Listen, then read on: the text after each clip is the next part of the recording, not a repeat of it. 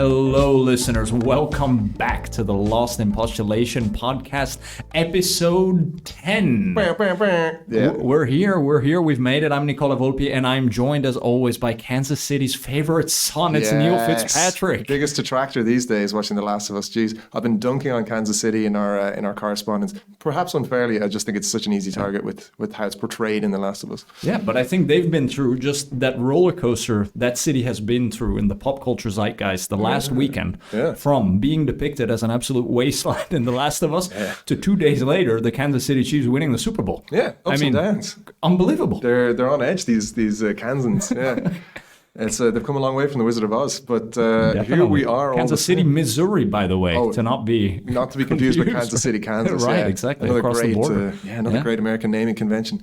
But here we are. Yeah, episode 10. What a week and what an episode we have coming up. We're still here. We haven't left, and people are tuning in, asking us stuff, coming for us when we say even the slightest thing they might disagree with. Absolutely. I think we bring this on ourselves because we have quite passionate views about certain things. And as it turns out, so do the listeners, because in almost every case, whether it's sandwiches or saunas or what have you, we have people coming with their strongly held opinions, which is great. And we want more of that. Yeah, we love it. We love it. Chaos agents, keep stirring the pot, and we'll see where it takes us. Please do. And actually, on that note, so as we always say at the start, you can always reach us with your postulations. That's via Twitter at @inpostulation. It's via Gmail or email at lostinpostulation@gmail.com.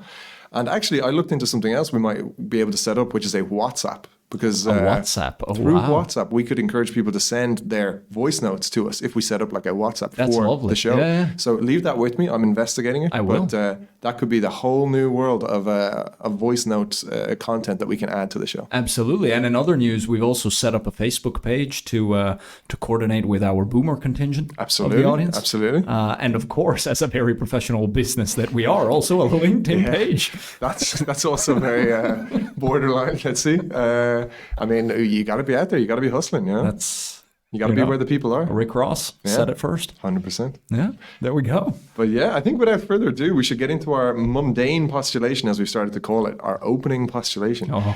So as ever with this section, we're looking for something very everyday, very very general that we can get into. And it doesn't get more general than this, right? This applies to everybody, or hopefully everybody.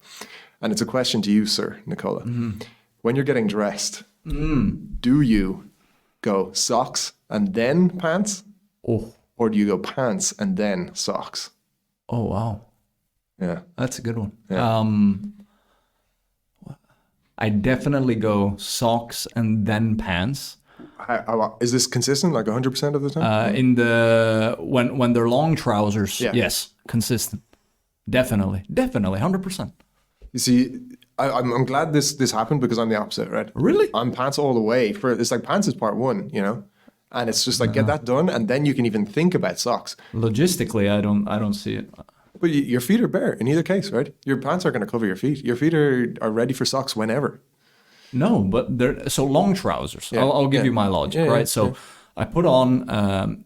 If I would put on my jeans first before the socks, let's say it's winter, so the socks are a little bit longer, so they get to my calf, right? Okay, that's pretty long. The issue, or even if they're just like quarter ankle socks, the issue if I put the jeans on first is then to actually be able to put on the sock, since I don't tuck my jeans into my sock. Yeah, but just to be clear, I need to roll the jeans back up slightly to be able to pull up the sock and let the jean run over. So logistically, if I put on the sock first, the jean just slides naturally over it, and I'm ready to go. But unless the socks are really long, I still think, and unless your jeans are really skinny, by the way, because I can see that potentially being an issue. But in like 90% of cases, you can just push them on up there. Like just push that sock up, get it. What do you mean push it up? Like put it on the foot, and then the remaining part that is yet to ascend your leg, you just kind of just give it a little encouragement up the hill, But what do you actually gain from that approach? Well, the approach is all built on a a kind of a just-in-time supply chain theory here, where at any given time, I'm only thinking really, and this shows how much I'm into fashion, but I'm really only thinking about one article at a time, right? So I'm not ready to think about socks until jeans or pants are taken care of, so to speak. It's kind of an iterative process we're talking about here. I'm not one of these people, if they exist, who lays out the whole outfit and goes, which socks am I going to, I literally don't know. It's a journey of discovery every time, and the sock drawer is different to where the pants are coming from. Well, they should be. Yeah. But aren't you anyways, no matter which pant you're putting on, as long as it's not a white sock, just picking out a random sock and putting it on? There is some choice. There is some choice to it. I have a broad array of socks. I have 2 socks which are branded with Lithuanian themes, images from Lithuania. So I have actually quite a colorful collection there. And if I'm wearing, brighter trousers, that can lend itself well to a more colorful sock. Also, if it's shorts, then I'm going to go for potentially an ankle sock or a hidden sock. Yeah, you know what I mean? Yeah. Not always. The fashion these days is the other way. Like you see people here wearing shorts and then those like long white sport. I know, I don't get it either. I know. This is what the kids are wearing. We need to get into this. Apparently. Yeah. Do a few TikToks about Absolutely. it. Yeah. TikTok account on the way. No, I'm not there. I'm not there with you because from a logistics perspective, again, in terms of the blockage at the calf, I don't want to need to push it up in there, as you say. I think you're getting stuck on a very small part of it. But it's the fundamental reason why I do it the other way. But how about this? If we just agree to give it a try, right? Because I really think you'll discover a lot here. If you try building your outfit from ground up where pants come first and you don't even look at your socks first. Yes. Get that out of the way, right? Then open the sock drawer and see, now, what do I want to complement this? And we haven't even talked about the upper half here. And often we haven't gotten to the upper half of this part, right? So you try that. I will try going socks first. I normally would never do that. Please do. And I'm sure it'll be a little bit easier to slide the foot on through, Exactly. I understand.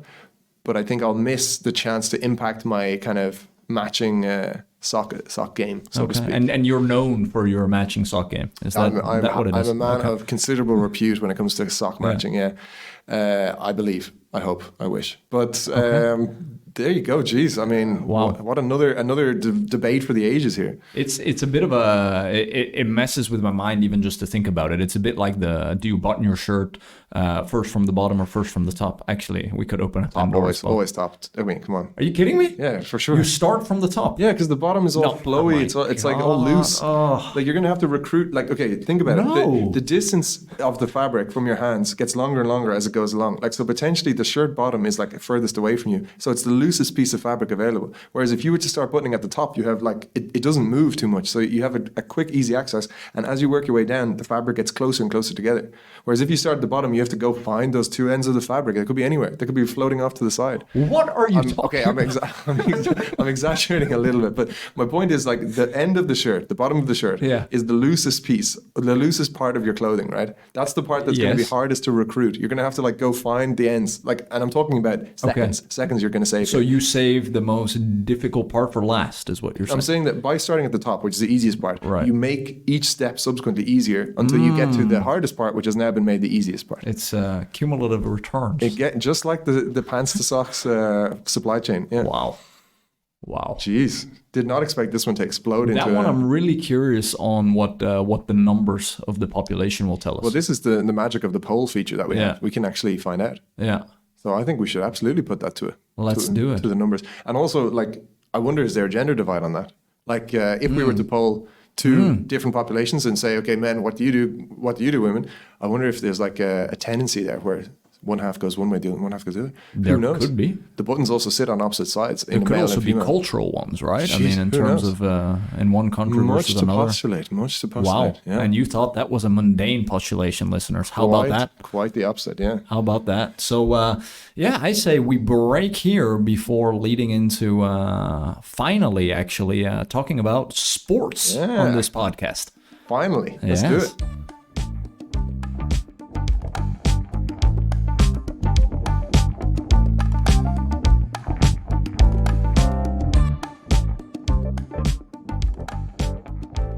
Listeners, welcome back. We're here, back in the studio, finally talking about sports. Somehow we missed it up till now, yeah. Yeah, which is crazy because we've both been up to different extents very involved and engaged in sports. But we've saved it up until now, and actually to take you guys a little bit behind the curtain of how we plan these episodes, this came up because one of our loyal listeners, a chaos agent in his own right, who tends to send us some obscure postulations, sent us a video clip of water polo ultras of a club called Panaionios in Athens. Basically, this video before a match at an indoor swimming pool with some of the craziest hooligans I've ever seen, lighting red pyros left and right, singing to the tune of Rivers of Babylon, just going absolutely nuts, and it looks so out of place. And it's insane, right? But it's like as absurd as it isn't absurd, because it's like, if this is absurd, then all ultras are absurd. It's all sport, right? And okay, exactly. It's not football, but it's still a sport. Like you can't say that water polo shouldn't have ultras and football should, for example. Right, you know? right. So in fact, it challenges you. The clip is hilarious in a sense, and you're also like, well, why not? Yeah, you know? Because of what we're conditioned, to expect, because we've seen them at the football matches. Yeah. But the moment you see them, for something like water polo, a bit more of a, let's say, niche sport, it looks a bit out of place. But essentially, we shared that with each other. We thanked our chaos agent, and then we started thinking: is there something here about an episode, potentially about absurd sports, fad sports, weird sports trends, and that kind of led to the planning of this episode. 100%. And just like with the many episodes we've had on film or TV, this is like us diving into one particular area. And I think the challenge will be we'll try and keep it in the realm of fad sports or sports that are having their kind of short rise in popularity, short rise and fall. But who's to say another episode we might get more into some of the longer running, more popular sports of our history, right? But exactly. For now, that's the focus. Exactly. So while we were looking into this, and you made the very astute point that apart from a handful of sports which were there, at the first ever Olympics, most sports have their day in the sun and then kind of fade away. Yeah, exactly. Like even the Olympic sports now, it's like skateboarding, for example, they're still coming in to the Olympics only recently, Right. So I think the key point to remember is, like, short of a few sports, which I'll mention now, the majority of sports that we look at, watch, love, follow, whatever, they're recent enough phenomenons, most of them. So the ones that I wanted to flag as like exceptions to the rule are wrestling and boxing. So this is like going back to ancient Greece, any sort of competitive fighting. Greco-Roman. Yeah, exactly. And it probably comes from armies and how armies trained at the time, that this was part of their routines and regimens. And then when there was less of a need for militarism, there was just the remaining focus on competing for physical dominance in one way or another. Running, obviously a huge sport, and also goes right back to our evolution as a species, where this was how we were able to catch animals, was that we could run for way longer than they could, right? So that was part of the first Olympics in 776 BC. 2 running events were in that, actually. And that was basically the 200 meters and the 400 meters. Now, obviously, they didn't have meters back then, but they had 2 running events, and one was double as long as the other. And this was, It's amazing how we still even have those events in the modern day Olympics. Beautiful. And beautiful in their simplicity. It's just like, who can get over there fastest? You know, it's like, and I just love it. Yeah. Funny enough, though, one other surprising one was archery. That archery goes way back. 10,000 BC is the first evidence of archery existing, right? Hunter-gatherers, right? Where people were literally just pulling together out of whatever they could find a bow and arrow and hunting with them, which I just think is insane.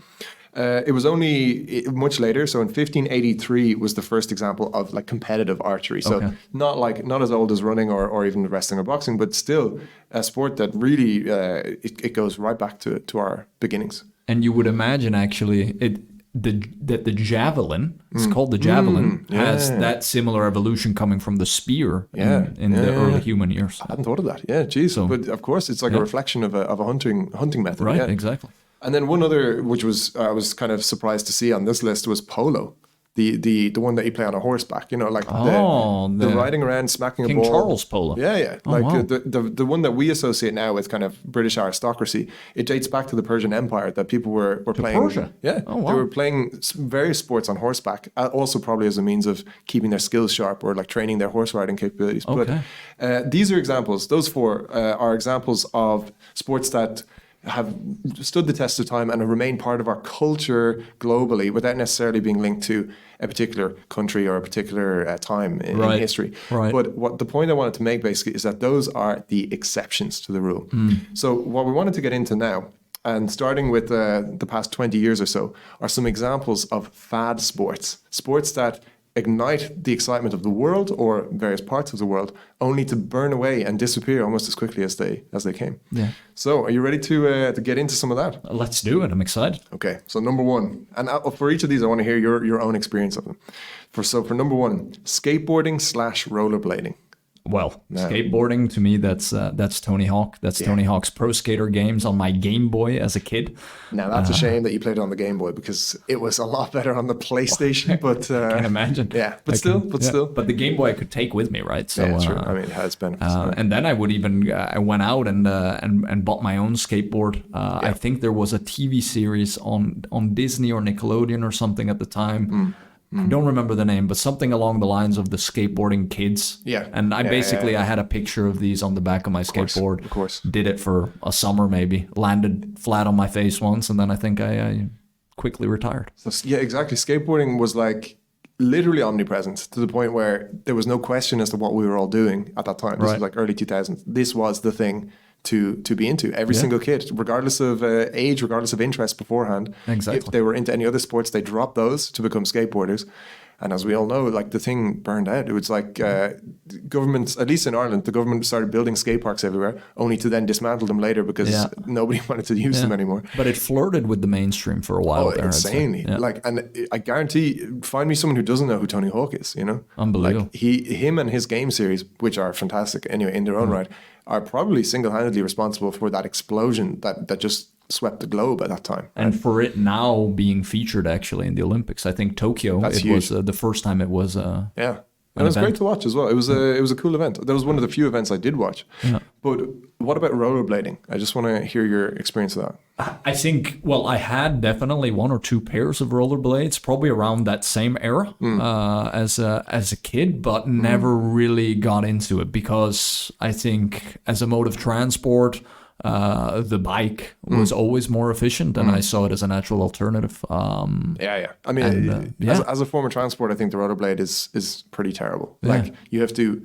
clomp them onto your feet and then bring shoes with you so that you skate to your destination, then leave your rollerblades somewhere. You can't lock them anywhere. You have to, it's just it's terrible all around. And this was the same era actually as the fold-up scooter. So even that was an alternative. I totally forgot the scooter. But that was huge. With the brake on the back heel, you remember that? That was insane. The shins. How many shins were destroyed by those metal? Oh my god!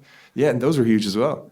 Somebody made some serious money on those because you still see those around now. Like if you see a skate park here in Copenhagen, it's half filled with scooters and half filled with skateboarders. Yeah. But anyway, but on the topic of rollerblade, just to give fans a little thread to follow if they're so interested. Enlighten us. Yeah, like I encourage anyone to just Google the history of rollerblades because it's a fascinating story of betrayal and revenge.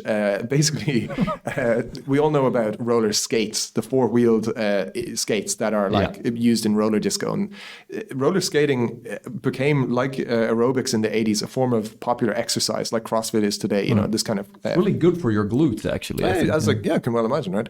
But then around the start of the 90s, we had this rise in a counterculture which was based around grunge music a lot. So bands like Nirvana kind of represent that. You don't see bands like that so much anymore. This like direct middle finger to the system kind of bands.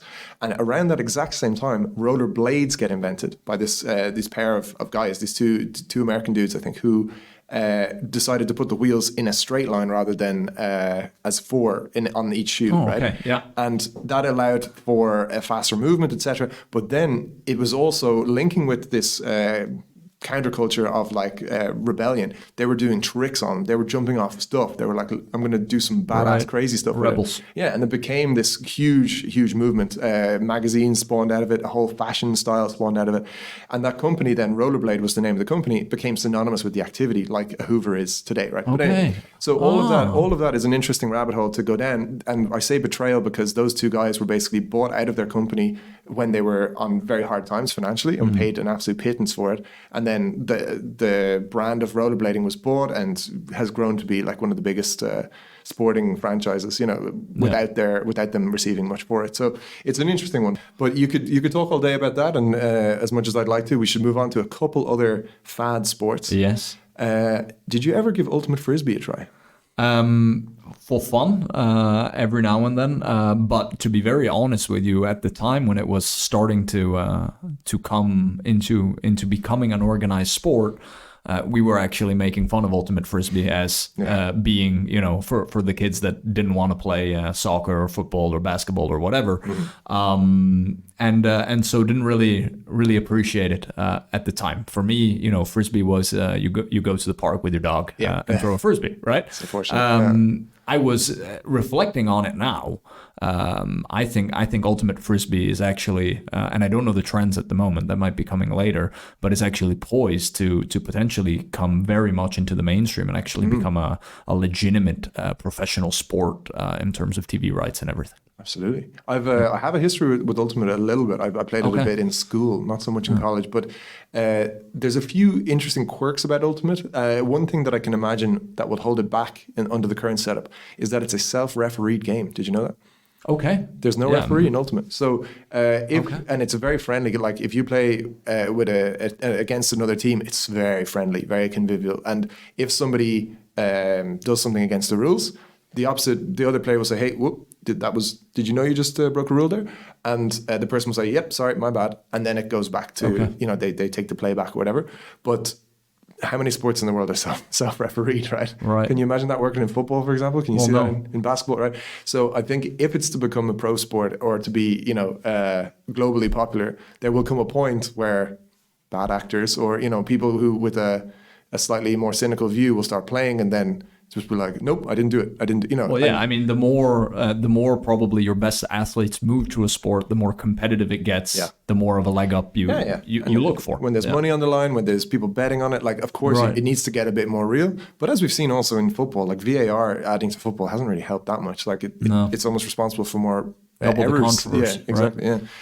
But ultimate frisbee, you think? So we'll come back to maybe sports that are due an explosion in popularity. But that one did have its day also through the last like 10, 15 years. Yeah. It kind of peaked about 10 years ago, I think. And I think a big advantage of it is in the gameplay being very similar in terms of flow to American football. Yeah.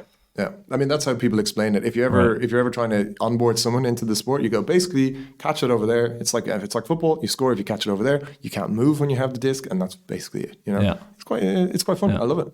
Yeah. And it's one of those things with a very high skill ceiling, but a low floor in the sense that you can pick it up and play, no problem. You can throw the thing around. But if you want to be really good, you start doing forehands, backhands, hammer throws, all these you start to get more and more technical, right? Yeah, exactly. So it has like easy to learn, hard to master kind of, which is really cool. One last one that I don't know anything about, but I think you have a bit of info on is the XFL. Okay, no, I thought you were going to throw Quidditch at me. No, I don't think you know much about that, to be fair. So the XFL essentially was, it's now on its third iteration. I was reading about it the other day on The Athletic with Dwayne "The Rock" Johnson is actually owning the rights with his ex-wife, and there's this whole... Yeah, was he always, even at the start, was he involved, or is it just that he wasn't involved at the start, but he was an American football player himself, and he played at the University of Miami, and I think he might have gotten almost drafted into the NFL. Yeah.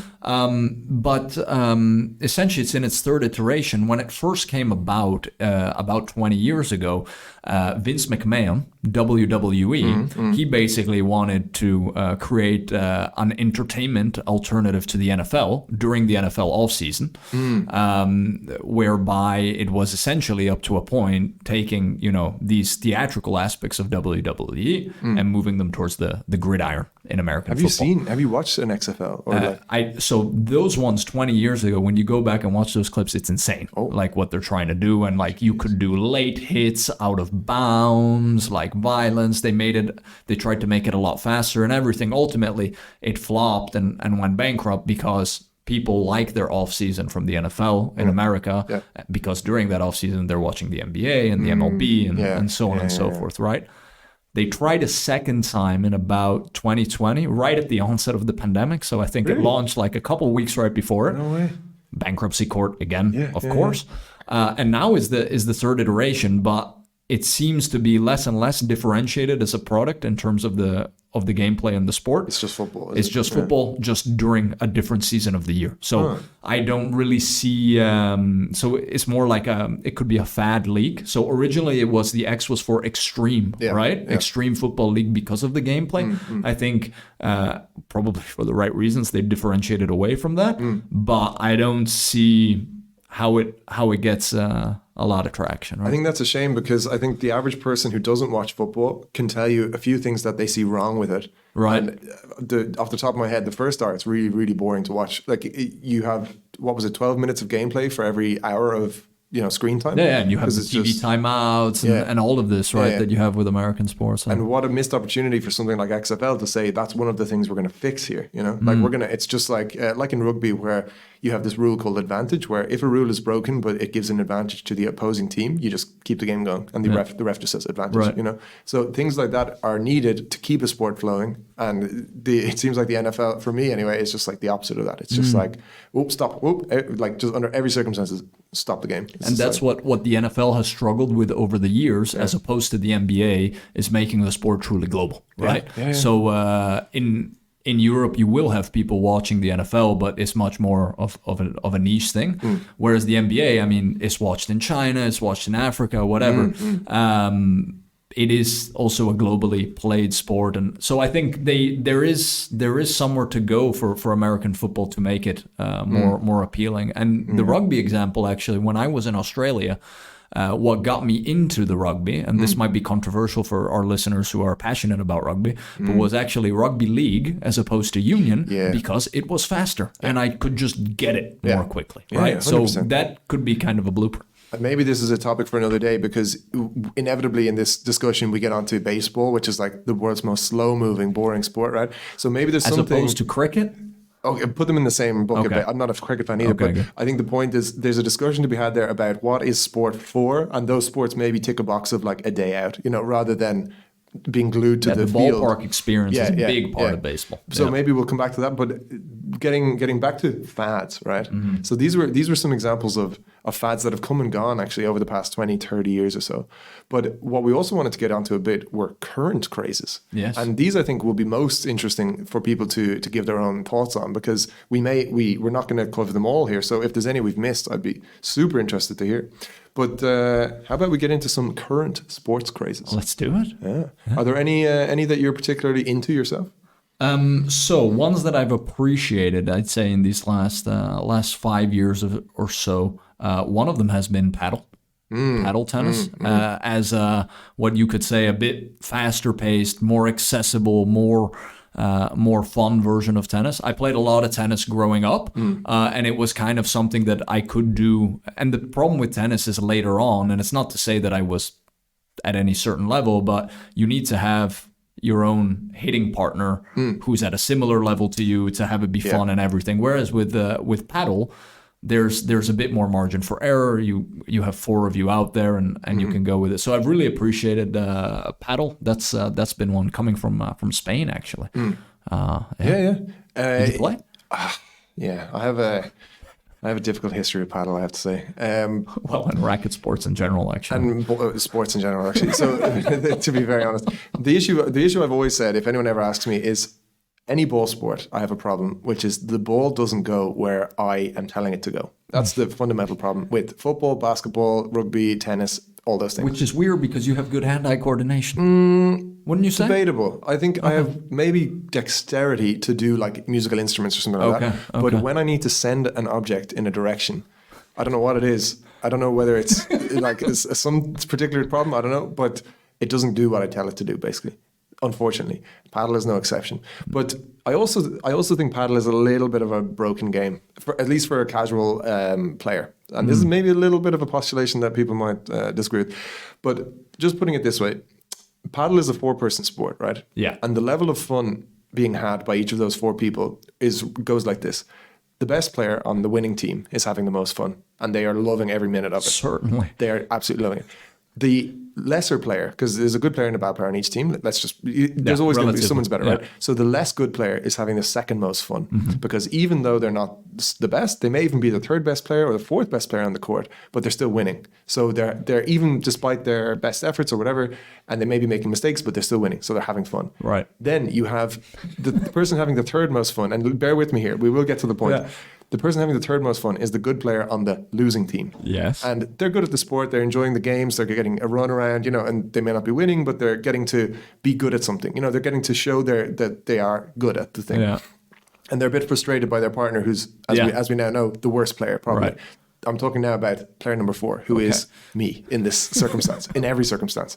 When I've played padel, I am player number 4, meaning I am the losing player, the worst player on the losing team. Yeah. And I have to say, padel is no fun for that person. And that's in every game, honestly. And I was going to say. Yeah. I would challenge anybody, if you've been that person, if you've been the bad player on the losing team, I defy you to say that you had a brilliant time when you went to play padel, because all you get to do is get targeted by the good team. They're like, they know that you're going to be worse at returning the shots. Yeah. They come for you specifically. You have to then just like power through and do your best, but lose all the way through. You're letting down your teammate who's like frustrated with how badly you're playing because they're better than you, So all in all, I just feel like padel is like, unless you're really good at it, which I'm not, it's on average, you're going to more than 50% of the time have a bad time. Wow. So there you go. So you say that's going to be its barrier to continue to grow as a sport? I think the issue is like you've seen paddle centers pop up everywhere now, and everyone's doing indoor, outdoor, old warehouses. And on the right day with the right group, it's great fun. I won't deny that. But I think what'll stop it from getting gigantic is the mandatory co-op nature of it and the mandatory 4-person setup where inevitably one person will come away feeling like an absolute loser, basically. At least that's how I've experienced it. So there's my postulation on padel. I think it's good. I like the concept. It's very chill, laid back, but I think not for me. I think that stands then also for the recent craze of pickleball in the States. Yeah, I probably should have Googled this more. I don't even know what it is. It's essentially a mini tennis court with smaller rackets similar to paddle ones and kind of a wiffle ball, actually, is what you hit. Basically paddle of another... But without the walls and a bit smaller. But apparently it's one of the fastest growing sports in North America at the moment. Maybe it'll replace paddle, in fact. Well, that's the thing. I think only one can coexist. Otherwise, you get into a situation like the indoor racket sports, where in the US, for example, neither squash nor racquetball has gotten huge because they haven't consolidated into one, right? Exactly. Jeez. So there you go. So that's our take on paddle. Are you you're a fan? You like? I was playing quite a bit, maybe like 4 years ago or so. I had like a group that I would meet up with throughout the summer once a week. We would go and then get a drink afterwards, whatever. Yeah. But also there, like with tennis, you need to have your group. You need to have it become a routine and do it consistently. It's not something that you say, "Oh, I'm just going to go to the paddle club today and see who's there." No. Right? It does require quite a lot of coordination, even just to play. Yeah, that's true. Yeah. No, huge. What about another one that you may have a strong negative opinion on? What about esports? Well, from if I remove myself from the equation, I mean, I think the growth is you can't deny it, right? It's undeniable. They're filling out arenas to watch people sit down at screens and play. What's our game there? Counter-Strike. Yeah, Counter-Strike. Right? Yeah, you see, I remember. Absolutely. Which is absolutely insane from my perspective, because I was playing video games, but on the side of playing the physical sports outside, for fun. But mainly they were then the video games, which was like playing FIFA or Madden, like the version of the sports I was playing outside just on there, right? I wasn't never really into, as you've seen me play, Counter-Strike, into those first-person shooters or whatever. What I'm very curious about with that trend, I get why they're popular from a gameplay perspective, because they always have been. But who are the people that are going into those arenas and watching people playing computer games. But these are the same people, or they have the same feelings that the people going into a football arena have. It seems that way. Literally, 100%. They not only have an attachment to the game and the love of the game, right, which a football fan has, but they're also attached to the people, the team, like the personalities on the team that they support. Right. So they're going wearing their team colors, and they're here to see, I've watched a bit of League of Legends, so you have like some Danish or Swedish guys who are some of the best in the world at that. And Long winters. yeah, exactly. You can understand where it comes from, and also, to be fair, the Danish, especially the Copenhagen commune, invests a lot in esports facilities for Is youngsters. that right? Yeah. So you can, if you're like a 12, 13, 14-year-old, you can go to your local sports club, and there's a room where they have fully, like, really top of the line computers with mouse, keyboard, everything you need to go practice. I don't know how I feel about that. I thought this From might, a public health perspective. I thought this might be I thought this might be where it goes, and I'm kind of with you on that. That if we have kids who predominantly get their sport exposure through esports, I think you have to raise the question then of when are they going to actually exercise? Like Exactly. when are they going to physically move their body? Because I'm sorry, yes, it requires a lot of focus and hand coordination, but they're not going to burn any calories, or not to the same extent as they would Right. on the football field. I just I think there's a really good balance to be struck there, because there are many Right. kids who will get out on the football field and hate every minute of it. Good point. And just be bullied for be not bullied, being good, right? Miserable, be like, what's wrong? Why am I not good at this? Blah, blah. And maybe the thing that unlocks sport for them is esports, where they go, wow, I actually am good at this. I can like win. I can be confident. I can grow, whatever. At the same time, we all need to exercise. We all need to get out and freaking run around, and no more so than kids, right? So, Right, exactly. So I do And that's when see- you build those habits also. Yeah, exactly. So it's all about the balance, I think. Like, we can't replace one with the other. We can't rule out esports and say, no, those are stupid. They're here to stay, I think. And we just need to kind of ensure that we're making time for all types of sports. And this is Lost in Public Policy, hosted by Neil Fitzpatrick from the Sports Commission. Lost in parenting, maybe. As a non-parent, probably don't listen to me about any parenting. But that's I do like your point, because my instinct, my go-to is the more kids are outside doing sports, being physical, the healthier habits they will build in the long term. On the other hand, your point is, what about the kids that aren't good or don't like the sports? How do we give them something that is fulfilling for them, which could be the esports, while at the same time, telling them about the importance of still moving around in their own way, whatever that may be. That's very fair. And I think it's worth remembering that every geography, every country has like a default sport, right, that you're expected to play. In Ireland, growing up, it was Gaelic football or hurling from a young age, then football, and then rugby, actually, in my childhood. Right. And those are just 4 sports. And if you happen to be good at those sports, then you will grow up having a very happy childhood, like loving every time you go to play the most popular sport in your country. But remember, these are just 4 random sports, basically, that happen to be popular in one particular part of the world. Correct. And had I grown up in China or Thailand or any other place, then I would have been on the badminton court every day and wondering, why am I not good at this instead? So it's just, I think it's worth remembering the kids should probably be encouraged and even challenged to go beyond the default sport of their particular place. And through esports, through other things like that, they can discover something they're great at. It's a good point. It'll be exciting to see maybe over these next 5 to 10 years that trend progressing with the esports. I think it will just keep going, right? Because the idea is those games get better and better and better. And the streaming and the technology gets better and better. Like the watching experience gets better and better as well. So I think it's a massive area of explosive growth to watch as we go forward. And maybe someday we'll find ourselves sitting around a bar watching an esports. Never say never. You buy the drinks though on that one. Drinks around me. One more we have to talk about on current sport crazes, and it's the obvious one. It's the one I have fallen victim to over the last few years, and you've been a lifelong fan. In fairness, so I'm a late bloomer. We are talking, of course, about Formula One. Formula One. I mean, it's been crazy to see the ride. I think it was 4 years ago that they released that first Drive to Survive series. And that was just a stroke of genius from a business and commercial perspective for the sport, right? Liberty Media, who took over F1 at that time, Killed it, right? I mean, getting fans now from the US. You came into it, just browsing on Netflix, I think, and following the sport. Almost, yeah. So what happened interestingly with me, and maybe other people had this as well, is that they tried Drive to Survive watched one episode and were like, "Ugh, don't like this.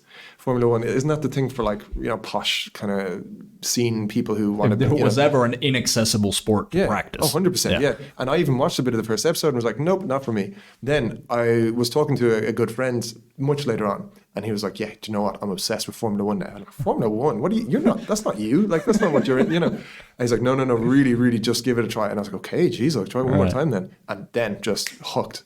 All of Drive to Survive over one weekend, timed it just in time for the start of the 21 season. So I watched the first race, and from then I've been like absolutely hooked. And listeners, when Neil gets into something, oh God, he goes deep. It's scary, actually. Also, if there's a fantasy sport, if there's a fantasy league for the sport in question, then it's all in. And it's super annoying because sometimes without knowing anything about the sport, he'll kick your ass at the fantasy version. Well, just about. I mean, Fantasy Premier League is going well for me. I don't watch football, but I do know which players are good at kicking that ball. And let's save that one for later. Later in the season when I beat you. But I mean, you're looking good now. But the thing on this Drive to Survive, like it'll be a case study in business schools for the next 30 years. Like, what an incredibly insightful and well chosen decision to make a series that's well produced, dramatic, behind the scenes, exclusive. It's integrated so deeply. It's not like filmed at the edges. It's like you're in the room with them when they're making these big calls. Right. Of course, Will Buxton has a huge role to play in dramatizing it, in amping it up, making it accessible. And actually, I have to say, the more I've gotten into Formula One, the less I enjoy that series. But that's exactly the point. It's like, it's not for me anymore. It's for those people who are like, what is Formula One? Bait and hook. Yeah. You do start to get fatigue of it after a few seasons, I think. Especially when you see the cracks of like the editing is not actually accurate. Exactly. Like there was, for example, some crash where Romain Grosjean actually in season 2, he crashed in, I think it was Bahrain. He had a big... He was on fire, basically, right? Yeah. But in the series, he crashed and he was out of the car in real life, he crashed and he was out of the car in 34 seconds, I think it was. In the series, he crashes and, silence descends on a racetrack, all this. And they draw it out for like 2 minutes of, is he okay? Is he dead? Blah, blah, blah. Right. And I think knowing then, at the time it's very compelling, but knowing then in hindsight how they're going to edit things, I'm like, okay, yeah, sure. Everything's going to be made like, there was this crash with Guan Yu Zhou in Silverstone in the last season where it was a very serious crash, but he was fine. I'm sure that when we see the new season, it's going to be amped up of like, I was sure he was dead. He was definitely, they're going to make it as dramatic as possible. It goes from a sport to entertainment device. And I mean, then again, wouldn't we all do that? Like if we were tasked with the mission of making a sport as exciting as possible, I guess that's what you do, right? Well, and I think it says something about the less naturally compelling / exciting the sport is, the more of that dramatization it needs. And you see the sports that are now adopting the Drive to Survive blueprint was released in these past couple of weeks on Netflix was one, tennis, who's struggling to find a new generation after, Federer, Djokovic, Nadal, and 2, golf. Was there a golf one? That just came out, I think, this week. Full Swing, it's called. I haven't watched it. Is it Netflix? Or? Netflix, yeah. Okay. So the same blueprint. Now, my postulation there for the F1 craze, for example, is that so much of the hype and the initial interest in it is coming due to the drama and the intrigue, which is created by the series, a lot of it being off the track about the personalities and not so much driven by the actual day-to-day competition on the track, right? Yeah. So the interesting thing to see these next couple of years is all those new fans that came in because of the series, will they stay on or will they then jump to where the drama and intrigue is next? Right? Can that sport hold them? And I think one reason why it might not be able to hold them is because it is not a sport that you watch and then you say, hey, I'm going to go out and do it now for a little bit, right? Good luck. Exactly. Yeah. It's either incredibly dangerous because you take a car and just go around and drive really fast with a normal car and try to do it at home. And don't do that, by the way, please. Exactly. Or it's incredibly inaccessible to get into. I mean, in terms of motor racing, even kart racing as a kid. So I'm curious to actually see maybe we're at peak Formula One right now. I think so. I think this could have been included in our, big bets for 23. Actually, Good shout. it could have been, and yeah, it's only with the gift of hindsight that we have it, but it could have been the downturn for Formula One this year, and who knows what will take its place. We have we'll get onto that in a second, but I'm with you, and only wanted to add on this point, like the actual way you win a Formula One race or do well in a Formula One race is very boring, like on paper. It's either that you nail the tire strategy or you nail like the particular setup that weekend of the car, which is all aerodynamic details, or you develop a car over the winter, which then becomes the fastest car for the season, and you've basically won it already, right? And most of us watching aren't engineers. No, exactly. Right? Not even close. And they do make that accessible. They have some great people. Sam Collins, one of the great presenters currently in Formula One, who make it accessible. Craig Scarborough, another. But these guys do their best to make a very complex topic accessible. But unfortunately, all the people who have come into the sport now, loving that Max and Lewis had a big, huge battle for a year, and then it was Max and Leclerc this year a bit more. Like, that will quickly die down, as you say. That'll run out of steam, and then you're left with, okay, do you really care that much about whether they go for a soft, medium, soft, or a medium and hard tire strategy?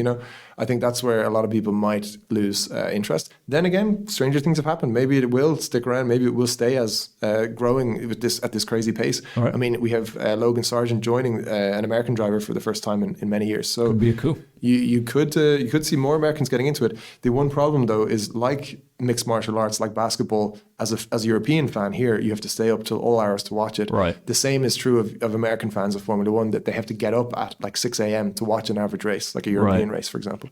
I think that might be the thing that holds it back ultimately. And in those individual sports, there's also another dynamic, whether it's with tennis or with MMA,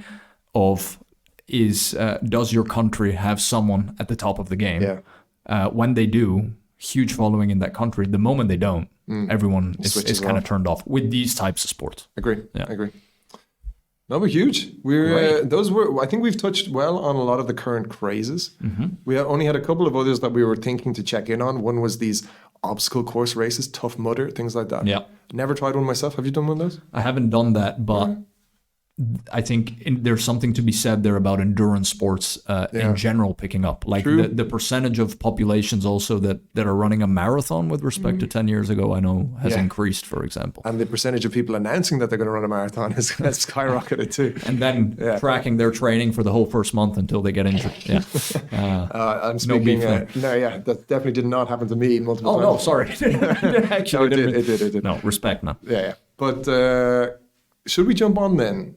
Yes. For the last part of this whirlwind tour of sports and fad sports. What do you got? To the ones that we think are due a bit of a resurgence. Sure. Because we've talked about ones that had their day in the sun and disappeared. We've talked about ones that are having their day in the sun right now. But what about sports that aren't super popular today on a global scale? So we wanted to touch on a little bit of what could those be? What could be the next big Formula One? What could be the next big thing? Yeah. Do you want to go first, or sure? You go first. Okay. So the one that... maybe I'm underselling it here, but because it is very popular. But the sport I wanted to check in on is badminton, actually. Another racket sport. Now, badminton, actually, especially for the uninitiated fan like myself, has unfortunately this kind of quaint, kind of nerdy vibe. Like, you know the way sometimes a sport just has this kind of vibe to it, like polo has this posh vibe, or cricket, For some reason, badminton is kind of funny. I think it doesn't help that the main thing is called a shuttlecock. These are things that go against the sport. In America, they call it a birdie, though. That is a bit better, but more still a little bit quaint, or a little bit kind of innocent, or whatever. And badminton, I was shocked to discover when I was researching this, is the second most played sport in the world. Now, it just goes to show how little we know, because that's of course... mind-boggling. Yeah, it is. Yeah. But it goes to show how little we know, because it's Asia driving that, of course. And not just China, but like Indonesia, Thailand, Vietnam. All this. It's massive. And on this, actually, just if listeners want an interesting sidebar on this, Google a Chinese sport called Jianzi. Jianzi. Yeah, Jianzi, or Tijanzi, which is played with not rackets, but feet. So you're kicking essentially a shuttlecock over the net, over and back, using just your feet. It's not easy to kick. No, but they manage it somehow. They make it look easy. Jianzi? Yeah, you can use your chest. It's like same rules as football. You can touch it with any part of your body except your hands or arms, and you just need to return the shuttlecock over it, like exact same as badminton, except you're using your feet predominantly to return it. And they're nailing it. Like it's a big sport. It's not as big as badminton, of course, but what I would, the reason that I would wish to postulate about the coming popularity of badminton is if you go and watch now high-level badminton. I watched just this morning, I watched a mixed doubles match of world level, like World Championship badminton. It's pretty much like as close as you can get to The Matrix, the film, with Neo dodging bullets, right? Okay. Because I think even more so than ping pong or table tennis, these people are reacting with full force at the shortest possible, like people are reacting at speeds that you just, I guess it's only replicated on a Formula One track in the sense that like we're talking about fractions of a second, tenths or hundredths of a second that people are reacting with before I've even seen where the thing has gone. It's been returned to the other side, basically. Right. Now, I'm sure there's a much deeper level of strategy and kind of detail to it. I don't know any of that, but I did enjoy watching it today.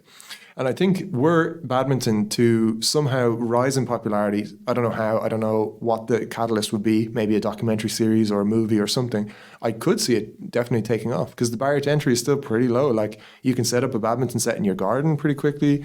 The materials are all pretty cheap and then... it's pretty exciting to watch at the high level. And I remember it was one of these sports that we would get really, really excited about when it was the badminton unit in gym class every year. And we would have a blast with it. But it was never a sport for which we had teams in the school. So it definitely has the potential and super fun to watch. I watch it, though, once every 4 years at the Olympics, right?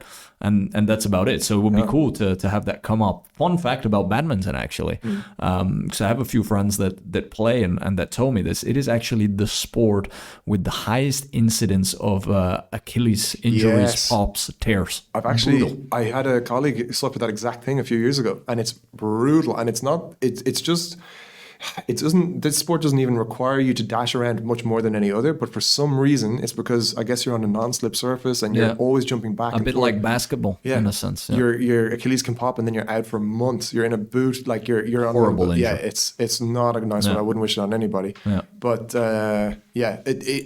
you wouldn't think it as well because it's quite a peaceful sport in the sense nobody's getting smacked in the face with a shuttlecock and going to hospital, but like that is nonetheless a pretty dangerous sport. Yeah.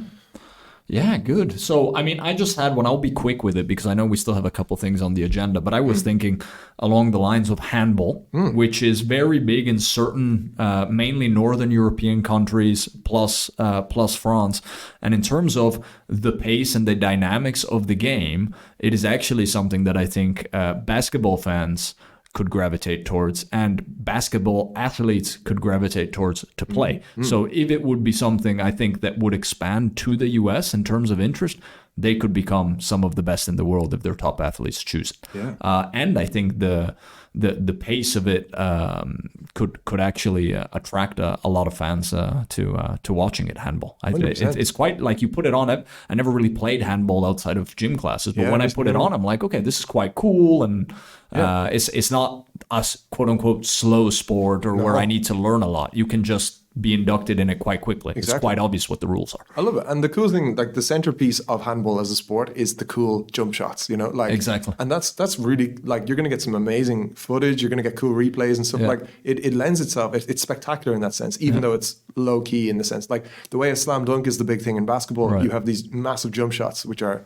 cool in handball. Exactly. The only thing with handball is like I've never really played it seriously or anything, but it's quite ruthless. It's quite like unforgiving and quite physical and like kind of it is more towards the end of the spectrum of like rugby and NFL kind of levels, which excludes it, I think, from being a super popular sport for parents sending their kids off to it. Maybe, you think so? Maybe. And like I know it's not full contact or anything, but you do have a lot of like people are swinging their arms as hard as they physically can and smacking the ball as like, you know, it's aggressive. It's like an aggressive game of dodgeball at some point, you know, like I don't know. I get the vibe basically that it's not all fun and games on the handball court. Yeah, could be a bit like what happens in water polo under the water, right? Which it turns out is like the dirtiest sport in the world.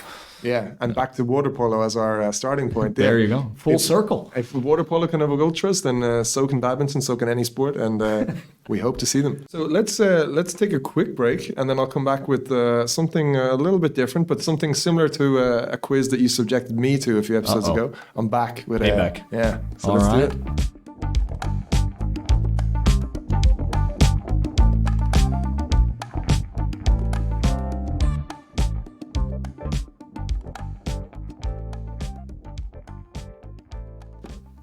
So welcome back, listeners. And to finish up, we're going to do something a little bit different, something we've tried before, the famous quiz format. Uh-oh. Yeah, and just like I was mortified in the last quiz, the Austria quiz, go back and listen, listeners, if you didn't hear the embarrassing performance I had. I maintain I passed that Episode quiz. 6. Episode 6, the Christoph Waltz episode, yeah. I maintain that I passed that quiz. 40% is a passing grade in Ireland. Let's leave that anyway. Let's not get back into that. We're going to do a 12-question quiz here, and the quiz is something I've made up, and we're going to patent as part of our trademark for the show. We're going to do a quiz called the Google Trends quiz. Ooh, Yeah. okay. How does that work? So Google has one of its many websites is called Google Trends, and on Google Trends you can put in any search term, and it'll tell you how popular it is right now compared to historically. It's a really interesting thing in general, actually, for people to look into. But what we're going to do here is keep it on the sports topic. I'm going to throw some sports at you, quite rapid fire. Okay. And we're going to compare its popularity today on Google versus its same popularity a year ago. So February basically early March, let's say this year versus early March a year ago. Okay. That's the time frame we're talking, basically. So all you have to say is higher or lower. Okay. You're going to say it's more popular or less popular. Okay. Let's see how you do. Do you want me to say higher, lower, or more, less? Let's say higher. Keep it consistent. Here we go. So we're going to start with the first sport. It's one we talked about today, roller skating. Less. Correct. Only marginally less. It's down from 77 to 71. Okay. So, by the way, listeners, 100 means it's at its most popular. So I could have seen people picking it up during the pandemic for a little bit. exactly. I think it did have a pandemic push, but that predates even this data because that's like 2020, 2021, right? So we're One talking for one. 1 for 1 so far. Next sport, padel. Lower. Also correct. Well done. Because that's an interesting one because you might think it's been growing or it's still on the rise, but no, it is already slowing actually. Paddle has peaked. Perhaps to be overtaken by pickleball. Let's see. Yeah. So two for two. Here's an interesting one. CrossFit. Oh, no, definitely lower. That's correct as well. Yeah. It had a huge peak in February last year, actually. So it was almost at its highest point, and then it peaked over the summer in 22. Maybe due to Everyone the CrossFit threw their games. backs out. So. Yeah, exactly. Everyone had to go to the physio, and then that was the end of CrossFit. So CrossFit is on a little bit of a bump, but nowhere near its high of last year. Okay. You were 3 for 3, sir. I'm going to jump into the next one. Here's an interesting one. Football. Football, Yeah, soccer? Soccer football, yeah. Ooh. Well, we had a World Cup this year. We did. I'm going to go higher. That is correct as well. You're 4 for 4. Look at me. Now, Passing grade in Ireland. You've already passed, yeah? Oh, no, 4 out of 12. Yeah, you're 30%, Getting there. 3%. But the interesting thing with football is it has a very low baseline of about 25, 26, 27. And then when the World Cup comes, it hits 100. Right. But the baseline has established itself now higher than it was before. So after the World Cup has come back to a higher baseline than before. So it's at 30 now instead of 25. Wow, look at that. Still going. Here's an interesting one. Scuba diving. Ooh. Scuba diving. I could see it have gone down during the pandemic because people weren't able to travel as much and then making a comeback now, potentially because of that, higher. It is lower. It is unfortunately lower. It only has gone down a little bit, so it peaks every summer. But every February it falls to about 75. But this year it has fallen more than before, so it's down at 71 now. So it's weird that it would have a seasonal effect when you consider hemispheres. You would think, yeah, but I think it's predominantly Western Europeans and Americans who do it. Northern Hemisphere people who are into it, I guess. Let's Okay. say. But interesting. We'll go right along. Maybe a freebie here, maybe not. So I'm what now? 4 for 5? You're 4 for 5. Okay. Parkour. Ooh, parkour. Super dangerous, by the way. I was watching it on YouTube before coming here. Do not do parkour. Lower. Yeah, much lower. So this okay. this has been on a heavy slide the past year. So Talk about a fad. yeah, I mean, but even when you think a year ago, like parkour wasn't exactly huge, right? But yeah, you're now 5 or 6. Parkour is on the slide. Good. Here's another one that may not blow your mind: pickleball. Pickleball's definitely higher. Yeah. Fastest growing sport in America. It has, but it's worth including in the quiz just for how quickly it's grown. Like a year ago, it was 50% popular as it is now, and right now it's at 92. It's like almost as popular as it's ever been. Wow. It peaked in the summer, last summer, and now I'm sure it'll reach new highs this year. But pickleball, when I looked at the chart, I was like, whoa, this is the only sport that has this like exponential graph. Well, our hotel in Jamaica, actually, it had like 8 tennis courts or something, and then it also had 5 pickleball courts. Jeez. So those probably weren't there a few years ago. No, exactly. Wow, and more to come. Here's another one, maybe a bit tricky: boxing. Boxing. Ooh, there's not as many of the big name heavyweight champions. I would imagine. Well, it's definitely gone down compared to the 90s or 80s. I'm going to say it keeps going lower. That is correct, actually. So, an interesting one, because I thought you might be thrown off the scent by these like celebrity YouTuber boxings that you've seen happen. So these bouts have been by far the biggest draw of boxing in the past year, where people are flocking to watch these. KSI, Logan Paul, all these guys. Okay. And those, sure enough, those are responsible for boxing's peak over the last 12 months. Those events. Okay. Yeah. But a year ago, boxing was up in the 80s range. Now it's down in 81. So there you go. Goodbye boxing. Sorry, boxing. You're on 6 for 7, I believe, if I'm not too wrong. Yeah. On a roll. Here's another one: esports. I mean, because it's versus a year ago, I'm gonna stay with higher though. I'm gonna play it safe here. Unlucky, it is lower actually, only marginally. But esports, if you look at the chart, it has some severe peaks. So it has, whenever there's a global world championships, it absolutely spikes. Right. But I have to say, if I was a betting man, I would have to look at the chart and say there's a downward trend here. Like it's the new baseline versus last February is significantly lower. It's gone from the mid 60s to the mid 50s. So yeah, watch out, esports. I think it may have had its time in the sun. Oh wow, that'll be interesting to see what they do with all those esports centers here in Copenhagen. Absolutely. I only have 2 more for you, sir. Okay, so how many do I have? So in fact, there's only 11 questions because I doubled up on one, unfortunately. So you have 6 for 8 right now. Okay. So let's go for... So you have 3 more questions. I have 1, 2 more. So we're going for 9 or however many. 10. Yeah, let's say 10. Let's do 2 more and then we'll count it up in post because I didn't number these. So second last one, paddleboarding. Ooh, versus March of last year. This is very seasonal. For sure. I'm going to say lower. It is lower. I don't know what's going on with paddleboarding, but it was never like a world beater. It peaks every summer, but last February it was in the mid 20s. It's now at 13. Yeah. 13% popularity. It is like cool to do like once a year, but it's not like it gets quite boring. Once you're out there for 30 minutes, it's like, I mean, kayaking is more fun, for example. And to do paddleboarding correctly, you need to inflate the thing to the absolute maximum, like nth degree, and that can take 30 minutes. If you're on a hand pump, you know? Yeah. And I did it once and I was like, great, and I don't want to do this again. That was enough. Yeah. And then one last one. So you were correct on that one. So that was, I think you're on 7, potentially 7, maybe 8. Maybe 8. Yeah. And then last one. It's not. We don't want to tight ship here on the quiz, as you can tell. Last one for you: surfing. Ooh, surfing USA. Has there been any big surfing films or books? Because it's often it's a culturally driven thing. So the surfing, right? It sure is. Well, in my mind, I've read a lot more about surfing in the last year. If I take that, I'm going to say higher. And you would be correct, actually. It's on a slow growth. So, like last year, it was in the high 50s, and now it's at 67. Good for surfing. Good for surfing. Really, good for them. I think we're sleeping on surfing a bit. Yeah. Like I've never regretted a surf session. You know, I appreciate the craft. Yeah, I'm horrible at it, but I appreciate the craft. So, am I right in saying that you actually got? I think either 2 wrong. Only 2. So 9 out of 11. Yeah. Well, fair play, sir. You're You're well up to speed. You can call yourself a Gen Z TikToker generation. You're on board with all the latest trends. I'm shocked. Google Trends, baby. I really thought I had some tricky ones there that might have sent you astray, but you've kept it on the straight and narrow and called it like you see it. So well done.